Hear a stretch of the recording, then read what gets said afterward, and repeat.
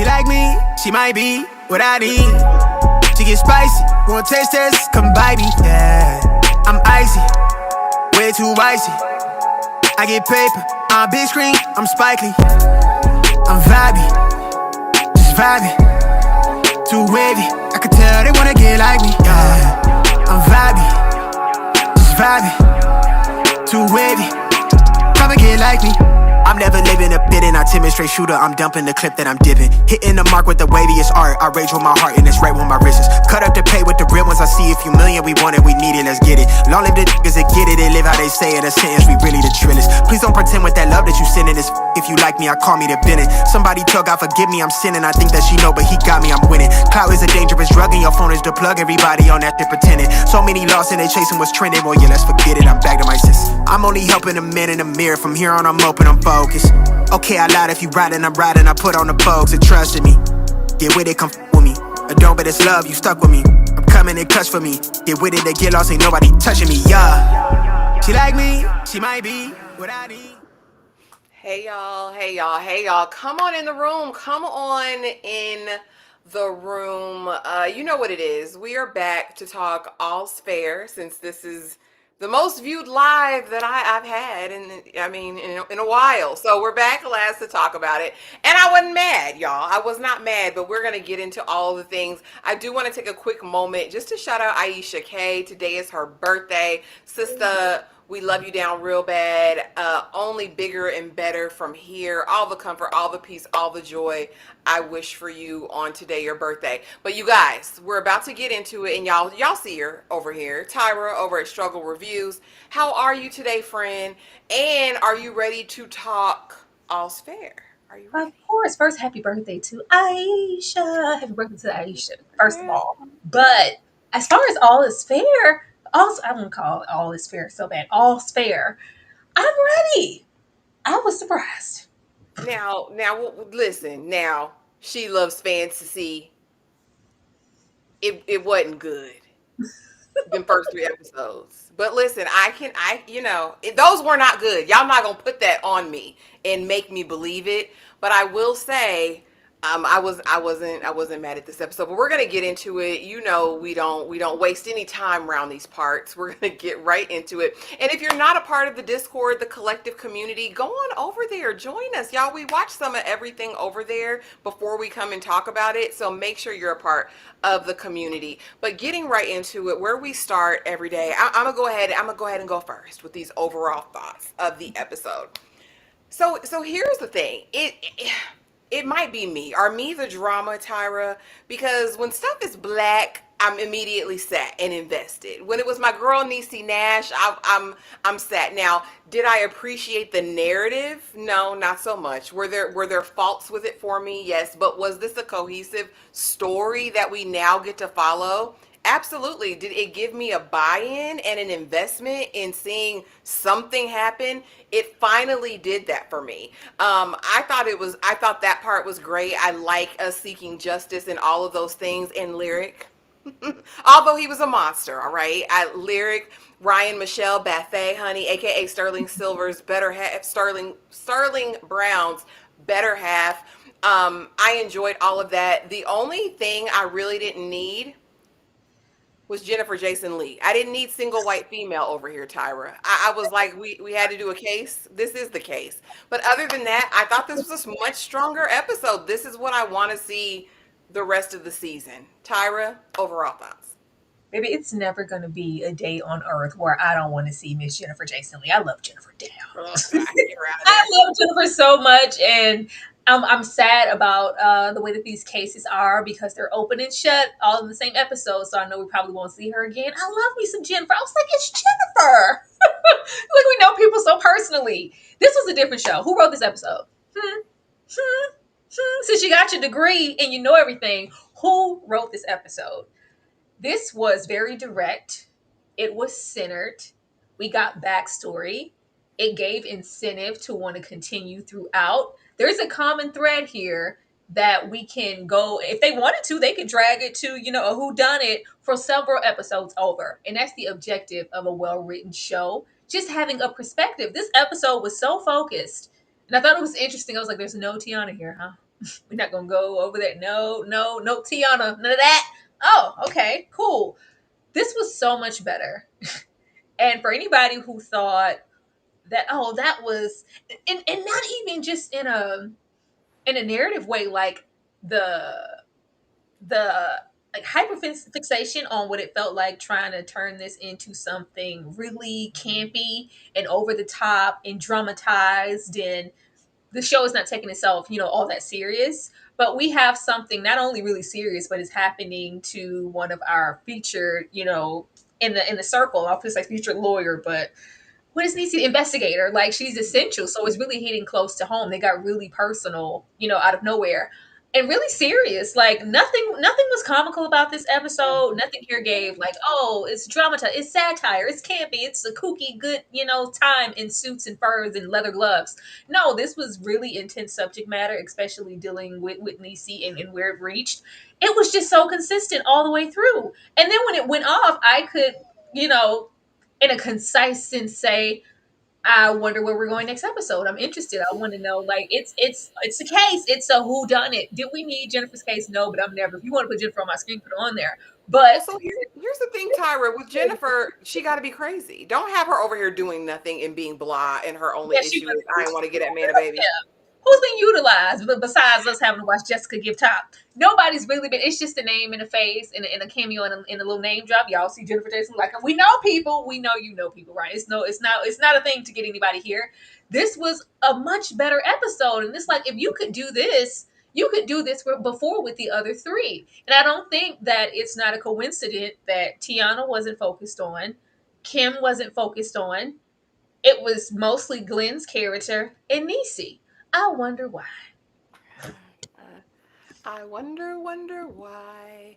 And yes, Christian, Jane, and we'll get into the thick of that because that's my biggest contention, outside of Jennifer Jason Leigh not being used at all here, just here, is that this narrative that the black woman is a strong black woman and she's indefinitely alone because that's the safest place to her because the black male is aggressive. There's a lot of stuff, right? Also, let me enlist my three black sons into a revenge plot, like, a lot of things, and we'll get into the thick of it that I didn't so much care for. But again, night and day from those first three episodes.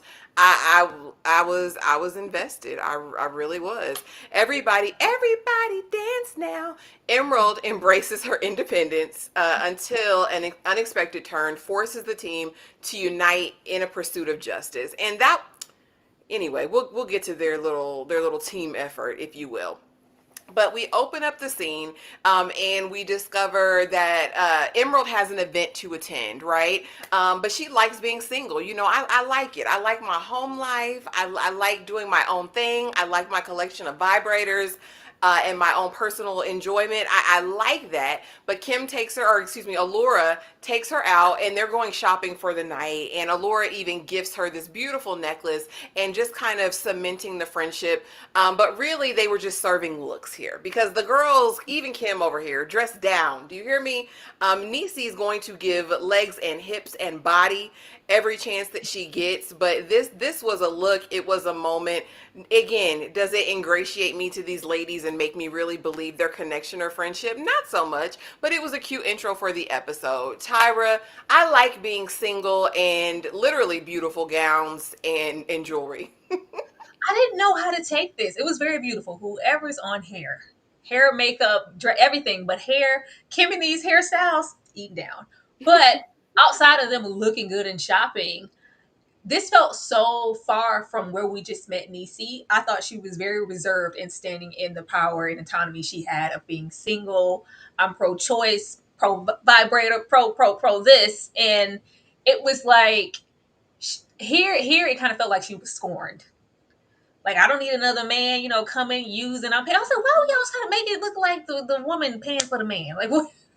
What is going on? Like, running up my cars and I got to deal with the drama you're going through? No, I'd rather have this. She just felt very firm in her decision. So when we get here and it's like, all right, I could, doll myself up and go on a cute little date. I was like, do you though? Is that what you really want? It just felt like that wasn't going to be a part of her narrative at all. Like, it just wasn't a A factor. It wasn't a priority. It just felt like a real conscious decision to just go there and complete. Like, I'm like, did we not just leave the episodes where I'm gonna get my massage and I'm gonna be living in the moment and ooh, two fine men, and I'm gonna have even in the beginning with her dinner and her setup, baby, I'm gonna have my little moment.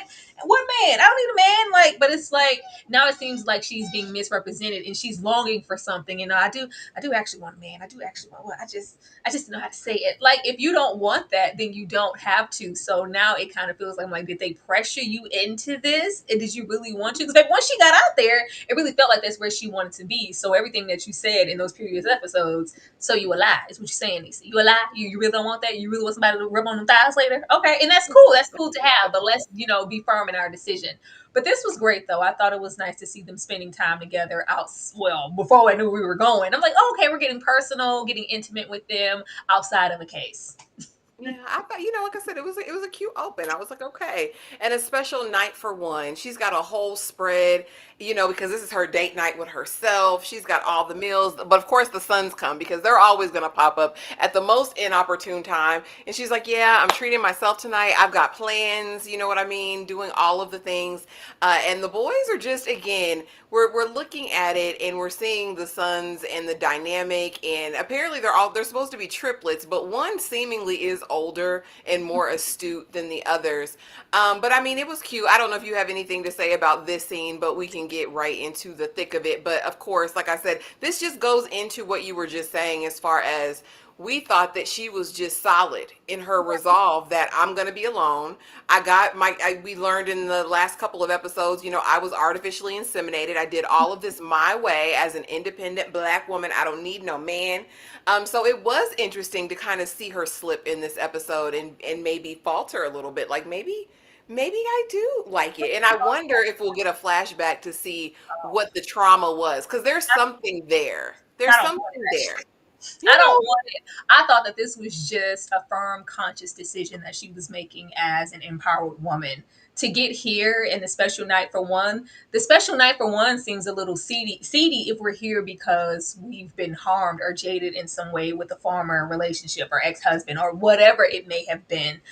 Just to know that you have to really have gone through something to just kind of, it feels like she swore off men, and I'm gonna do this, and I want my babies. But now it's like, well, my babies are kind of moving on. They're not babies anymore, and they have all this independence.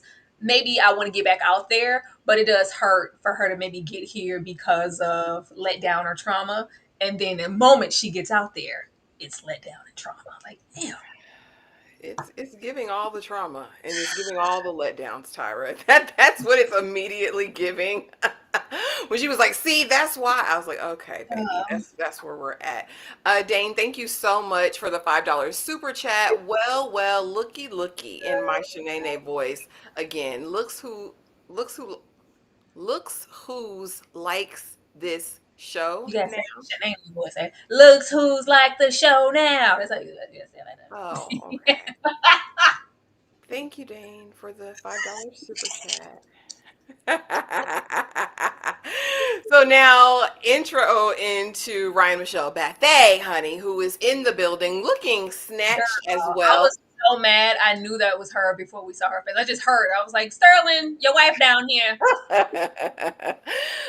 Is that your real friend? These are the questions that need answers because I really have questions all about this. But she gets there invited by her friend, really to support her friend in her big event. But apparently also to see what's cooking. Like, girl, look around, see if there's anything here that you like. Tyra, is this really her friend? I don't want to think the worst of everyone, but something on the inside of me makes me feel like I don't know if I can trust Ryan over here, Tyra.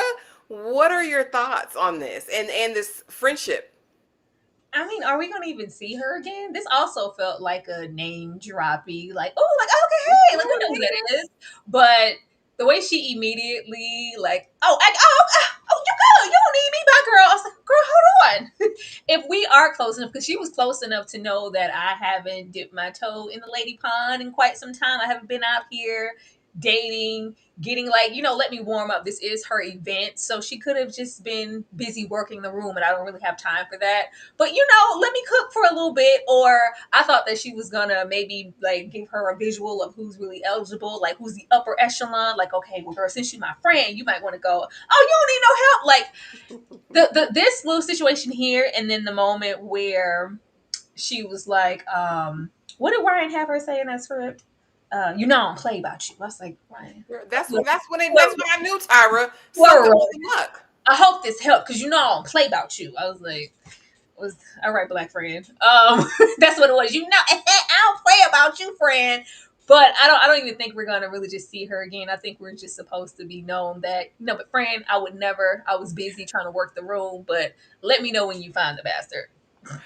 Exactly. Like I said, I want to because I want sisterhood and I really want to feel that way. And I liked that Niecy had a friend outside of the firm, outside of the business of it all that we were going to meet. But there was something so disingenuous to me, especially at the end where I was like, is that your real friend, sister? I don't care how old you get. I don't care how old I get. Baby, if it's my friend, I'm going to secure you. I'm going to make sure you're straight. That whole night that we're together at said party, I'm gonna make sure you're good. I mean but that's just me. That's just how I was brought up. You know what I mean? But I did want to take a moment and just give a little bit of commotion for the dress You can because see Niecy, the titties in the my dress.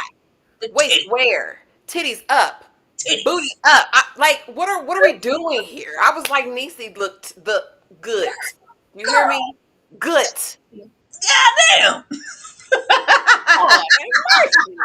I was like, yes, I was with the boys. Like, goddamn, mom, you look good. He's like, you look hittable. So don't say that to your mom, but thank you. I do look good. I do look like I can get a little D in this dress, don't I? Do I look good? This was just don't I look good, Mr. Armstrong? She looks so good, and I was so what I hate and also liked about this episode, I like the unexpected. This seemed like such a one-track situation, and we were going to know like what was coming. You would never expect whatever case to hit this close to home, especially with us starting so much with Allura and getting into her case, but this was great. I was happy her boys were championing her, and she looked so good. It's just like, I do look good. Like, it is cute for mama to step out sometimes. Let me go have my good way and have my fun.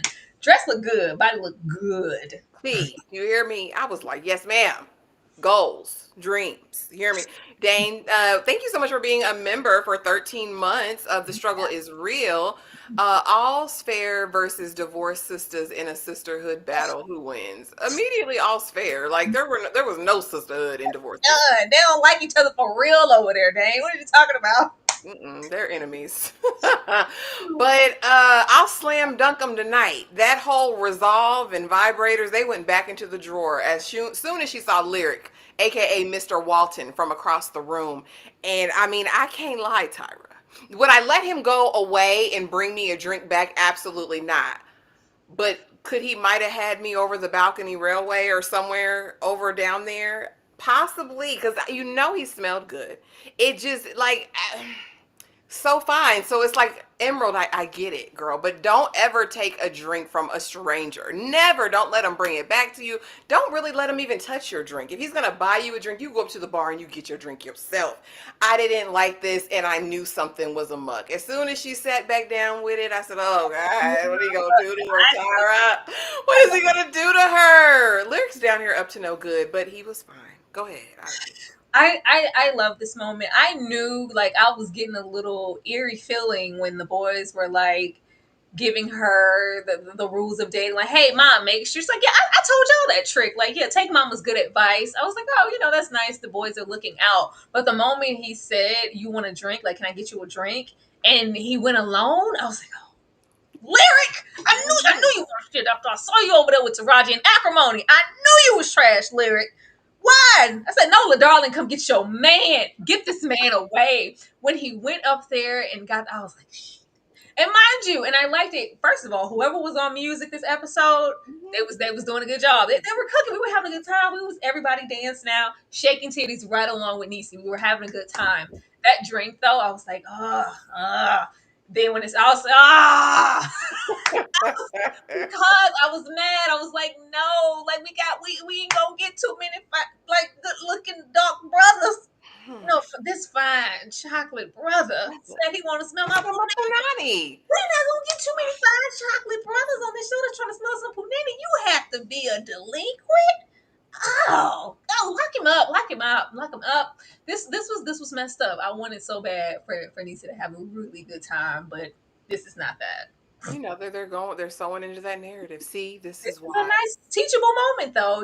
Once you're having a good time, it's something that you could avoid. Like, oh, he's cute or whatever. If I could trust anybody in here to go get my drink, it's him. Look at this fine, distinguished black man. He not going. No, don't. No, get your own drink. Get your Okay. own drink. Matter of fact, just order. Just order. Like, no, it's okay. I'll get my own drink for now. Like, just get your own. Better yet, put a flask in your titties and have your own libations right there for you. Flask in the titties. It's real. Listen, I'm just saying. I've been around down through there, Tyra. I know about a flask in the titty. But he violated her. So we see they, have this real meet cute. They're dancing. They're having a good time. She drinks. Next thing we know, she's like, "What's going on? What's going on?" We see the stockings ripped. I said, "Oh my God, is she out in the alley? Like, is this what's going on?" I said, "Is it Five Heartbeats where we found Eddie Kane Jr.?" But we find her. And she's in bed, but she doesn't remember anything, right? She has flashes and like sliding memories, but she knows enough to know I'm sore. I've been violated, right? And so now I need to go to the hospital. I need to get a grape kit. I know that I need to inform the police. And basically, everywhere she goes, we'll know. We don't see any signs of grape. It looks everything, there's no tears or anything, so it looks like you're fine there. We will run your blood work, but that'll be a while. Everyone seemingly doesn't really give a damn about what she's been through. And so again, this kind of solidifies back in her mind the fact or the reason why I don't deal with men. This Yeah. is why I don't deal with men at all, and why me. And all of these questions you can imagine asking yourself if you've ever been in a situation like that. Like, I've been saving myself all this time. I haven't done anything with any man. The first time I go out and actually give somebody a chance, this is what happens. So ultimately, she finally gets around, and it kind of blurts out, right? She's talking to Allura and tells her, and then the other partner and Dena and all that. And now they're on the case, and we need to ultimately find justice. What I thought was interesting is how in this moment you do, I guess, kind of feel how close they are. Because this is something that she was willing to volunteer. She trusts these ladies enough to give them this information when a lot of her life kind of seemed like she's the fighter, she's the protector, she's the one that goes out and lobbies and fights for everyone else. I thought this was a really interesting scene. And of course, Niecy's going to carry in every scene she's in, no matter who is playing opposite of her. But I did see and feel the vulnerability in her, from the hospital bed in that gown to Yeah. picking herself up to having to have a conversation with the boys later in the episode. I think Niecy did an amazing job with what she was given. Tyra, he violated me. Yeah, she did great. Like, I didn't want this for her. Because the first 3 episodes, she was already kind of giving mother hen to the girls, and not only the fighter, but also maybe, low key the protector. And I've been through some things, and I'm already in a way, so I just rather have my own choices, whether it's men or anything else in my life. But to have her hop back out there and instantly, I was like, why y'all put the trauma on Niecy? Now, this would have been great the way the little open and shut cases. That's not where you are. Whether it was Niecy or not, I really hate that it was Niecy. But if they could have opened with that whole, y'all know how the Law and Order Street SVU situations go. Lay out that groundwork with the crime that's being committed, and then we solve it in the episode, or we're trying to. This would have been a great case. Like, if this was where they wanted to use and utilize Jennifer, and it was just that, this would have been so great. It was a choice to make it Niecy. That's not after, especially how we felt about her character as well as Tiana's. But here we are. The execution of the scene was really great. I was saying, what y'all not gonna do is ruin everybody dancing out for me. Y'all not gonna do that. That's my song. Whoever thought to slow that up because she was disoriented, I was like, what y'all being smart? When y'all get smart? When y'all start doing stuff, huh? When y'all start doing stuff other than serving look show? But her just getting up and not remembering anything and all of that and getting all the way here, I appreciated that they would reflect on the dilemma that she has, because regardless of even her station in life, like we not just, maybe we're the one who solved the cases. We're, financially set and privileged in that way and moving in, circles accordingly. And this still was able to hit me. And I'm still being affected and handled the same way because it's inconclusive. We don't know. We can't really do anything now. And at that very moment, you're vulnerable and you're just a woman and your word against his. And it's like, okay, well, how do I go about that? Hell, that's if I can even find the man at all. And the whole special cocktail and the thing. And even just the violated part, I think for a length of the episode, I was trying to figure out exactly what all happened. Like, was it just the kidnapping photo-esque moments that we get later? Or did he, do other things? I just wasn't completely sure. And she's not either because she doesn't remember anything. But the execution of the scene was great. I love that she couldn't really verbalize it, but she said like the necklace is broken. Like I was like, oh, Niecy. Oh, Niecy. It was really great and really touching. And I didn't expect any of that here. I was like, this is really great. Oh, I didn't, y'all can do stuff. So y'all just was playing, effing around in the beginning for no reason at all. But the fact that they came running and she just had someone that she could entrust, this was just really great. But I love that it was like, no matter who you are, where you are, when it comes to certain scenarios, you're just going to be treated like everybody else. This was hurtful. Yeah, it was. It was. And so, of course, then we discover that they can't prove that it was grape, but that she was given GHB and some other, I don't know if it was officially Rufinol, but it was a mixture of different drugs that could have stopped her heart, that could have stopped her from breathing. Like it was super, super dangerous what she was given. So clearly he didn't give a single damn. And so we get the Reno 911. We get Deputy Jones in the building. Oh. And brought him over here, and it was like, but friend, we're friends, but you my friend. He's like, yeah, nothing I can do about it, friend. But later in the episode he does come and we find out that Mr. Walton has been taken out, and of course we'll get to the root factor and all of that, but he's been taken out. You're not a suspect yet, but that doesn't mean you might not be in the future, or somebody that you know. Where were you on the night of December 12th? Do you have an alibi, sister? Where are you at? But I thought this was cool. If you guys have not gone back down the Reno 911 streets, go back down there and have a laugh on me. I thought this was so fun, and I know Niecy made this call and was like, bro, you want to, like, I know she made this call for her friend to come over here, and I thought it was great to see them together again. Tyra, did you get it? Did you see it? Did you recognize it? I said, look at you, deputy, what are you doing over here?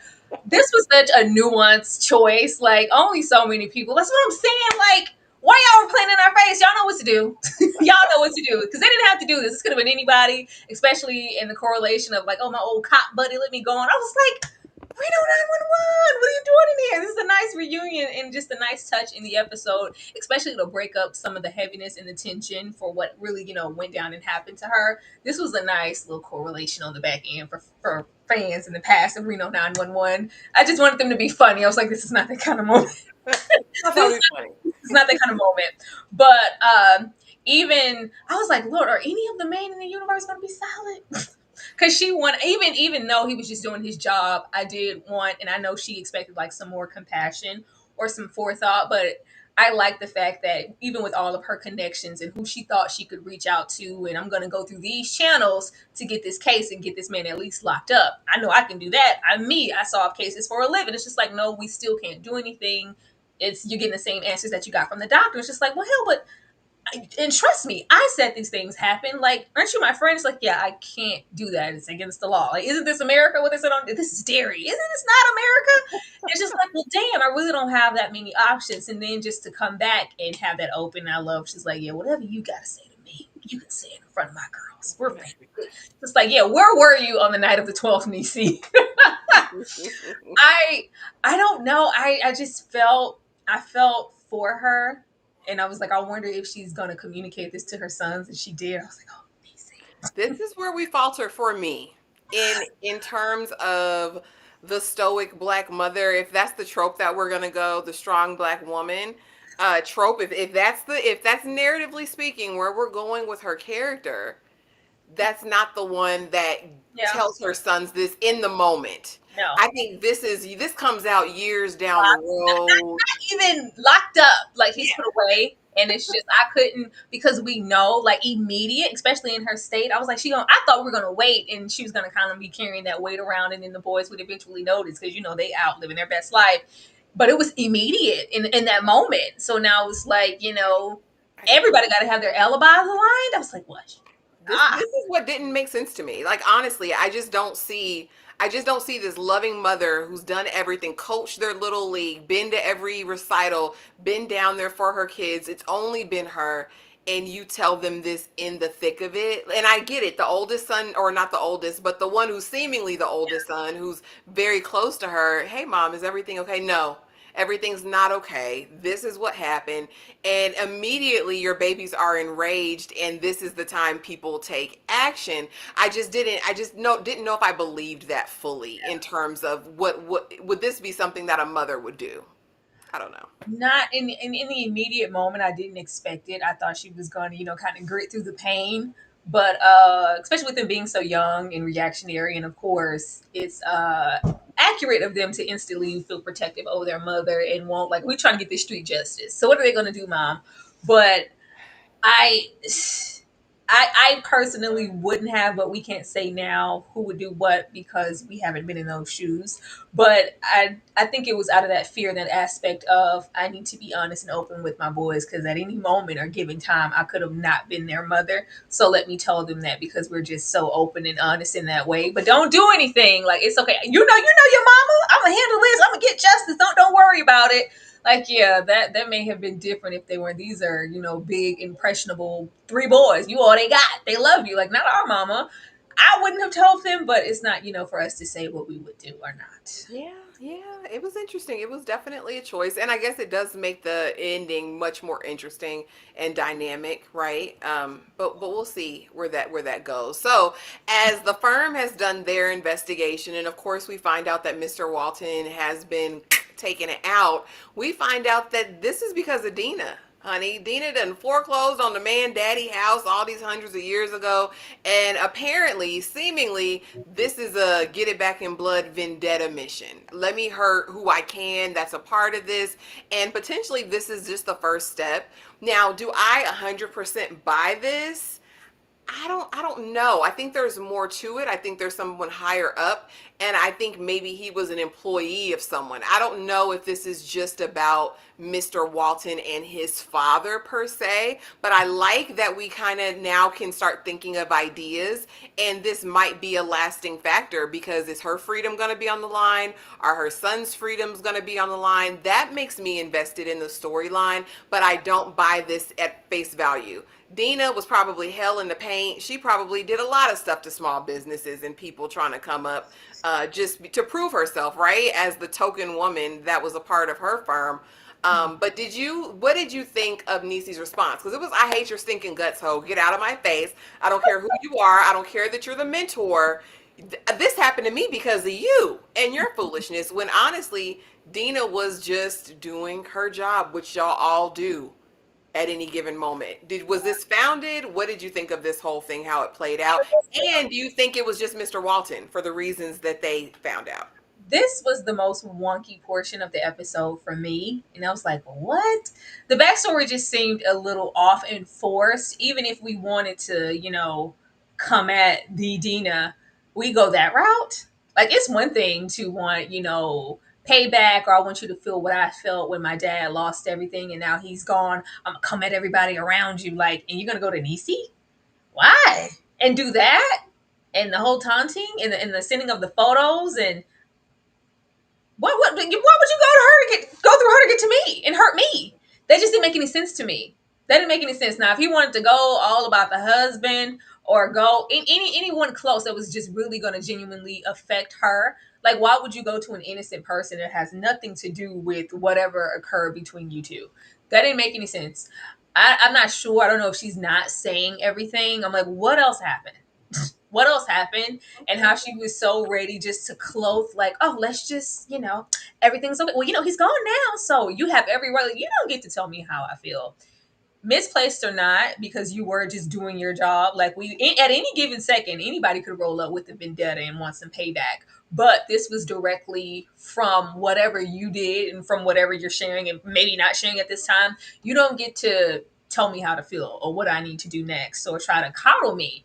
I need some space from you, respectfully, just a little bit, because it's hitting too close to home.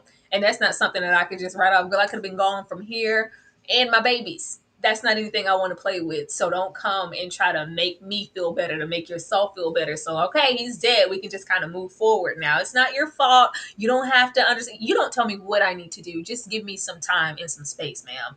But her little story and the tie-in into why he would even go after her, I didn't think that was well. If that is the case, okay, but I would think that it was more to it, and something isn't being said here. That's what I feel. I feel like there's much to it. I feel like there's higher powers that be. I don't know if it's our girl over there on the other side, but there's something more to this than just that. And speaking of our girl, Miss Paulson, the actual case of the episode, because we're still working on a case. We meet Cheryl Goodeater, again played by Jennifer Jason Leigh, who met her husband really young. They're both in tech, but she is a career woman. That was been her primary focus, still is her primary focus, and he wants kids. He wants children, and he can't let it go. She doesn't. She never has. She's been upfront and honest with it the whole time. But now she's like, it's all he talks about. He's getting abusive around it. It's like too much is too much. I want a divorce. And of course, Sarah Paulson's character is always going to be on the opposite end. She's going to pick up every case to go against this firm, and she takes it. And we really just have kind of this brief meeting of this deposition, almost this encounter that ends abruptly when he find out that Cheryl Goodeater's husband already got somebody else pregnant. So we're dropping it. Be blessed with your life. He decided to do this, and again, she was really just here for kicks and giggles and to get a rise out of Emerald's case. Emerald in this moment, because we do show some back and forth between Sarah Paulson's character and her, and of course she's taking it personally because she doesn't have a right to choose. She doesn't have a right to choose herself and her life. Things just have to happen to her, and that kind of explodes. And of course, Allure, I'm sorry, I never should have brought you into this. And again, this was, like I said, it maybe 2 minutes of the episode, Tyra. Girl, I wanted Allure to interject. Like, no, ma'am, you go home. take all the time. We don't need you here. No, let me, because that's just what she's gonna do. You can tell that she's a workhorse in that way, and this is gonna get my mind. No, you're not gonna be here. No, friend. Just like, okay, fine, go home. This was just in name only. I love me some Jennifer. Lord knows I do. I was happy, but in the flashback, I just wanted her to be crazy, and she wasn't even there. She wasn't even there. We had a younger version. I was like, oh, this was such a waste. It's Jennifer. It's Jennifer. She got to be, creepy and with Kooky, the Addams Family. She could have been real extra as hell here. She was just here to be sitting pretty and just be a name drop. The whole consents of the case and the child, they're going to get into some pro-choice here. They going to make sure they drive the point home. And that was really to also connect Kim to the storyline. Because I know if anybody, and it's more to life than just being, a wife or a mother wanting children. I know, because you're old, right? You don't have any children either. Like, it's just like, no, I'm actually dying inside because I do want a baby, and I'm hoping that this works. There's that. I thought that this was here mostly because we didn't really go too many places with that. And of course, like you said, he has a baby and now he wants to drop the whole case. First of all, I need them to give Carr some more dialogue. Real dialogue, not the witty clapbacks. It's gonna be snark. It feels like it's gonna be all snark from Carr, aka Sarah Paulson's character, the whole season. A little bit more, just a little bit. She can still do that, but just give me something real. That's all that's there. It's just witty comebacks every single time, and it doesn't give her much depth when I know that there's something. But I thought that they used this round table, and with the case just being immediately dismissed, like, well, I didn't get a chance to. I thought that we were going to connect her to Niecy's case. And it's like, oh, okay, well, this is bigger than whatever beef I have with y'all. At the end of the day, we are still, lawyers and sisters. And I'm an asshole, but I'm not that much. I wouldn't do that. What happened? What happened to you? You need what? Because at this point, I don't even think we even knew whether or not he was dead. They were still trying to pull their resources together just to find him and put those clues together. And she is a very, great lawyer. It's like, oh, she's a shark, but we're not worried. You should be. You should be. She is one of, she is formidable in that way. She takes on these cases and she wins, and she's known for that. So if it's about that, I can cast aside whatever. If they haven't done it here, I'm thinking that they're going to do it later on, or however long this case goes on, to know that there are bigger things at stake going on than just your little rivalry and you feeling some type of way about being left behind. People were really hurt here. I'm trying to have my own baby, and hell, Niecy was, Niecy, Emerald Green was violated. Like, baby, come on here. And she's like, oh, okay. We got a case here. This is the case, and this is the moment that's going to bring us together, maybe. But they didn't do that here. But this has to come full circle in this way, because otherwise, like, this was really just a waste time and just to make sure Carrington got some screen time. Carr, Carrington, Sarah over here, I fear is going to be this same hot mess throughout the entire season. I don't think there's a unification arc They with have her and to. these ladies. I They, mean, and I would have thought in this moment, because I mean, Emerald's visibly shaken. yeah. And it's still like, go to hell, PMSing with your what menopausal. So I heard that's what happens when you get old. Yeah. This, they spaz out and they do all the things. There's no grace here to be given. I I can't. don't think this character is capable of Oh my such. God, Car, did you have a heart? Did you care about anything? It's like, that's all you gonna say, Kim? That all you're gonna say? Not for her to, put Niecy's business out in the street or anything, but she didn't even, register those social cues like, let me draw back a little bit. Something's going on. Like, do you not give a damn at all? I think to give her any depth outside of that, she has to care. She has to. We got to do something with her. She can't be here doing this in every scene. Not about them. I think we'll probably get a flashback of her and something that happened to her at the all male firm that maybe they were privy to and let her suffer through it. This vendetta of 20 years isn't for nothing. I don't think it was just for them leaving. There has to be much more to the story that we don't know yet, and I'm hoping we get to it. But I mean, I would appreciate her having a little bit of depth, but that's just not how they've built her thus far. But now we get to the big question, the question that we're hopefully going to have to sit with and ruminate on at least for the next couple of episodes, and that's who took out Mr. Walton, right? She comes back home after we find out he's gone. Boys, I need, did y'all do this? Did y'all do this?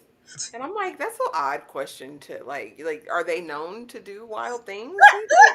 Do Very you know privileged kids. your babies? No, mom, we don't know what you're talking about. We were doing X, Y, or Z. And then there's like this knowing look that they give between each other. And I was like, what the frick are y'all doing? But okay, well, make sure your alibis are tight for this night because he's dead now. And, they're going to be looking for someone potentially in the future. So what are you going to do with that? I mean, we have options, right? Was it Allure in them? Did they hire somebody? Because they have the means. Was it Dena? She could have done it to make things straight. Did the boys do it? Did her cop friend, did Deputy Jones from Reno 911, did he step in and do something? Did that fake friend, Ryan Michelle Bath, did she hire someone? What's really going on? Or is Walton even really gone? Is he really a goner? Tyra, who took out Mr. Walton? Drop it in the chat, guys. Let me know. What did we see? We didn't see anything. When they do some stuff off screen, it's for a reason. That means something is closer to home or something else is at play here that we don't know about. Um, the instant, did y'all do this? Damn. Confronting or like running up. Yeah, man, we ran. We found him and whooped his ass. But whole Bort Flint shoot like to the head, like instant murder. All about my mama. I'm here for it though, because get outside about me. But I was like, dang, Niecy. Well, I don't know. Like, just make sure you guys have all of your affairs and your alibis in order for when somebody rolls up, because they didn't even. I'm like, dang, Niecy, they ain't even come this hard. Niecy did this episode. They didn't even come this hard when Reno confronted you. Like, it was like, well, no, we're gonna, because the way that she talks and presents herself, it's like, I'm getting justice, whether it's street justice or not. Like, Yeah. if I find you, it's on site and I can take you out. She does give, I will shoot you in the head and take you out. She gives that here, but it doesn't seem like they were able to connect those dots or come into contact. And just as we were about to maybe get an address and get more information, he rolls in and says, oh, well, actually, he's dead. We didn't see anything take place. We don't know. And even if he was in that way, who would have, that motive outside? I was like, Glenn, That's what I said. Dena. She Glenn, cleaned something up. Yeah. Dena Jones, what you do, girl? What did you do, man? What? Because it was just, like, okay, yeah, I'm gonna get this done, or he has other, privy to other information that I may not even want out for him to even go and press this far to come at Emerald's character. Who knows? It's something going on. But if it just happens to be one of these boys, that would be entertaining and like, yeah. But the fact that they could even write it well enough from what we saw to leave the floor open for there to be some type of anticipation and mystery, it shows that they have potential to have done this already.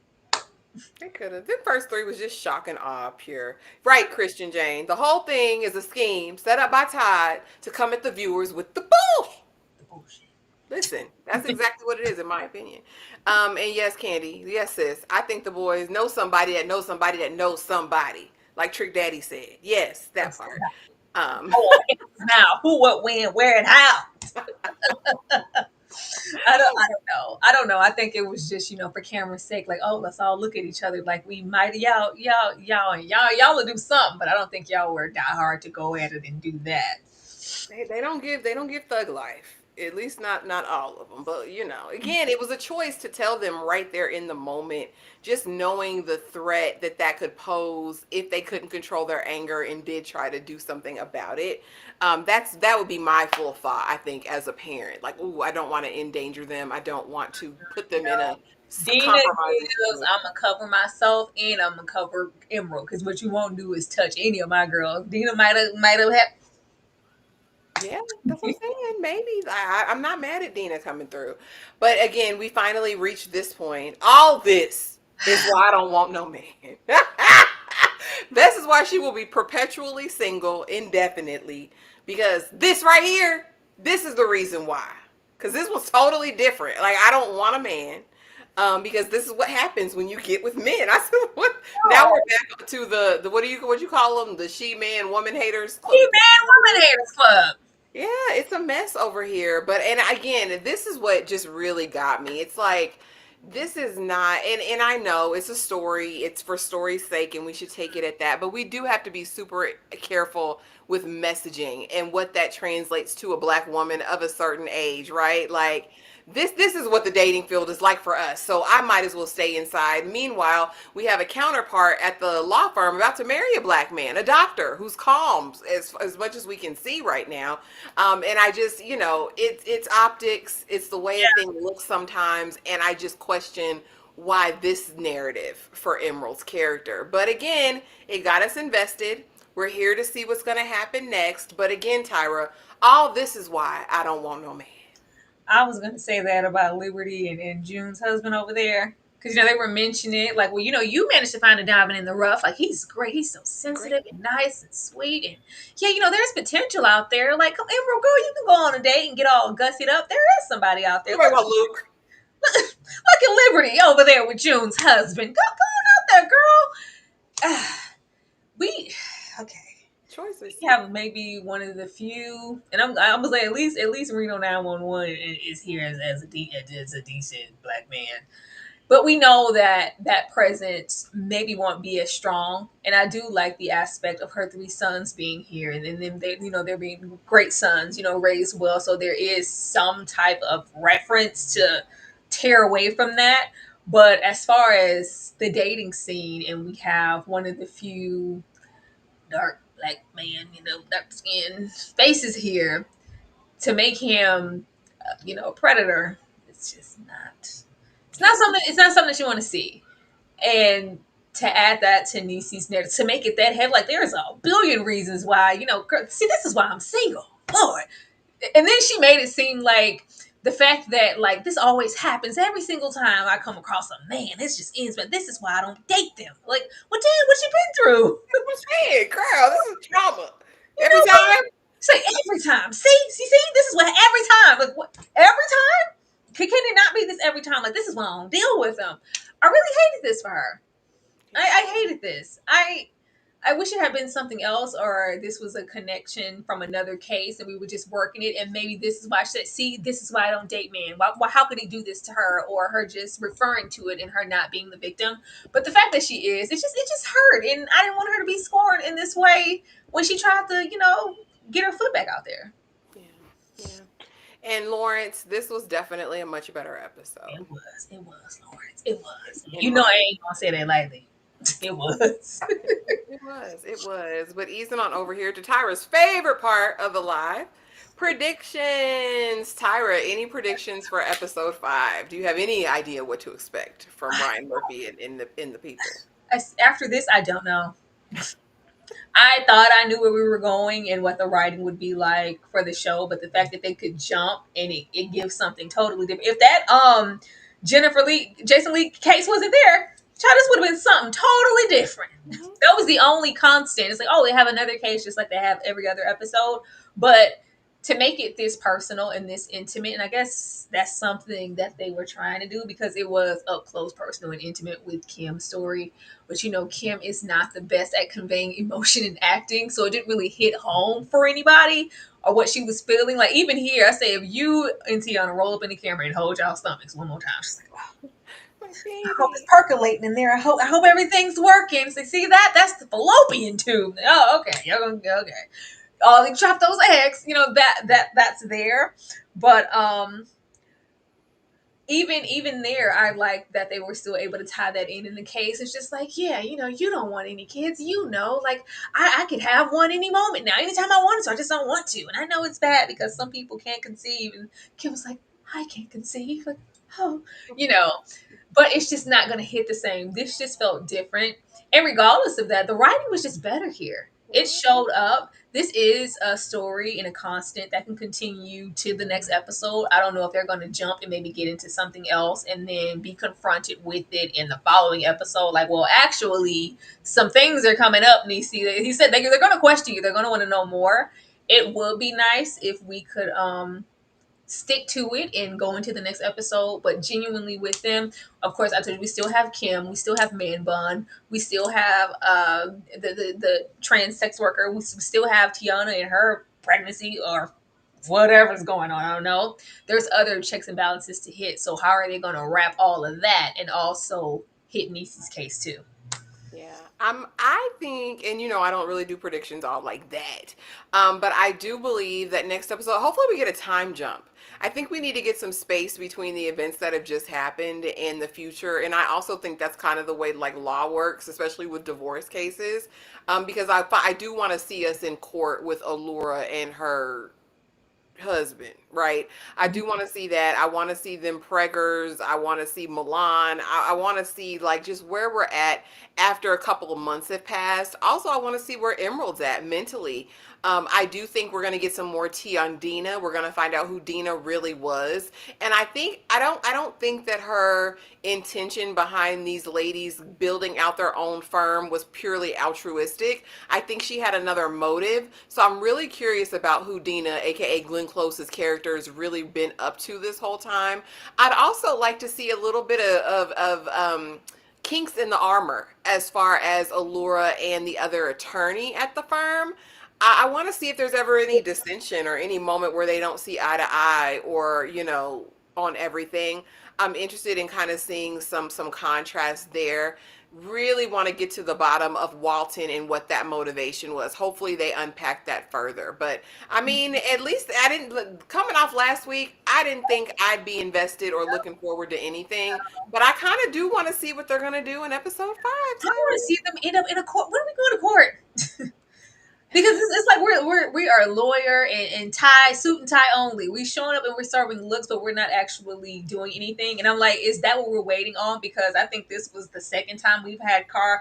I really wanted to see you in a courtroom. I really wanted to get my hands on one of y'all and really watch you heifers lose. Are we waiting to get there? And it's a flip narrative where you thought that you would be against them. You're actually on their side. She has to flip. I know you don't think they're going to give her anything, but she has to align herself and give something other than, yeah, your old biddies here and the whole, rhetoric that she spews out every episode. Lord, I just don't know. They've made her so one note in these first 4 episodes. Hey, Kia. I don't know why, but I feel like Sarah Paulson's character might know what Allura did with her eggs. I think that heifer knows a lot. I think she's in the ins and the outs now. I don't know if she knows about the implantation yet, but I'm sure she'll find out. She gives the type that she's got people watching them if she's not. I really think she's nefarious, but I want to know her why, and I still just don't think it's they just left me. You guys just left me here at this far. There's got to be something, like they knew of some malfeasance or some things that was happening to her. There's got to be more to it. I I don't just I just can't see her being so deranged for no reason. I Like, think it was like she said, like she wasn't really a team player. She's a get along and get along type of gal. Like you never prioritized us or wanted to be in. You were gonna take the cases and take this and like I'm just trying to take something for myself to align my business practices with the men here. I'm trying to level up and I can't do this with these women. But now that you guys are leading it and starting something, you're getting bestowed upon you the grace and the giving from the Dena, my mentor. Well, why not me? Well, because you've never been that. I really think it's so simple. But if they do just give her, I'd be glad if they give her anything other than those comments.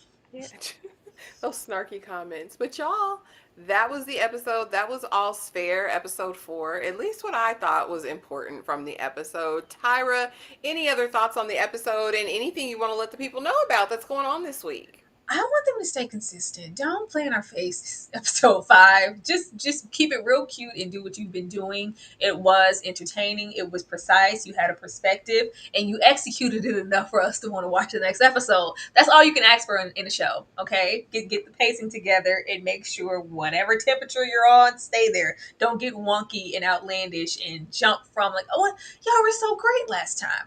But y'all know what's going on as far as what we have coming this week. We will be wrapping up Married at First Sight. The Palm Royale streets, baby. We're going over there into that hot mess. That's gonna be really, really interesting. I can't wait to talk about that episode. Of course, we're still finishing up Reasonable Doubt. We'll be getting into the new All Is Black series, Grits, and Braxton's, a whole lengthy list of things. So if you guys could come and support us there, we would appreciate it. Absolutely. Thank y'all so much for coming through. Don't forget, if you haven't already, please come and partake in the Discord. I promise it's a fun time. It's a safe place. If you just need somebody to tell you good morning, go on over there. It's a good time. Plus, we do a ton of stuff. We're really, really engaged over there. Also, please make sure that you drop a comment after this live. Let us know what you thought about the conversation, what your thoughts were. Subscribe, hit the notification bell so you don't miss a thing. But we really, really appreciate y'all coming through and supporting the live on tonight. And we will be back tomorrow for something else, child. We'll be back here